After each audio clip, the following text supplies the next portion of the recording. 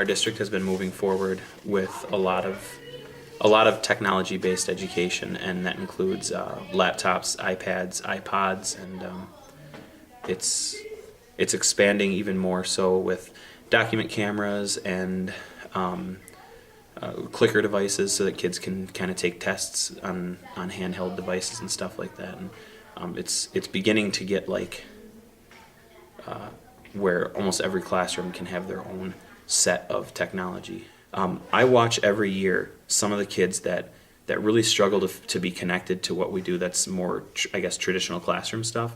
I watch them really get more enthralled and interested. What do you like about it? I like that you know how to sit down and read a book. Do you think you learn better off of things like computers and stuff in the classroom?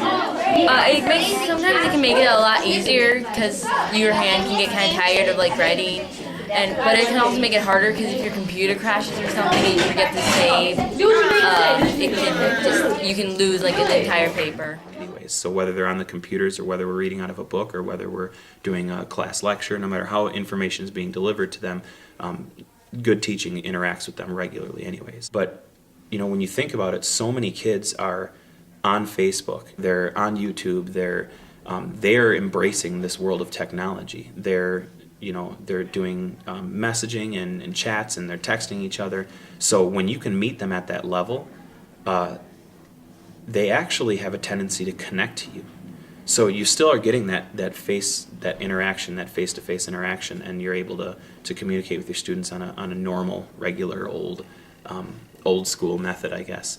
But being able to meet them where they're used to communicating kind of opens it up a little bit more. We always say, well, these kids grew up with all this technology around them, but what we need to understand is in communities, especially like what we have with Racine and Kenosha and Milwaukee, a lot of these kids aren't growing up with this stuff in their hands. They don't have iPads at home, laptops at home, Wi-Fi signals.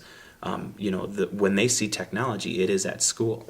And that kind of leans into the huge responsibility that falls on us as educators. You know, we are teaching these kids to be career or college ready, which is the North Star vision for Racine.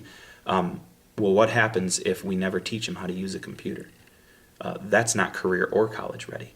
So putting these pieces of technology, whether it's just a simple laptop or computer, putting them into their hands and teaching them just how the basic functions of it, how to use Microsoft Word, how to use Excel, how to use PowerPoint, that's stuff that is, no matter what job you get, you're going to need to know how to type.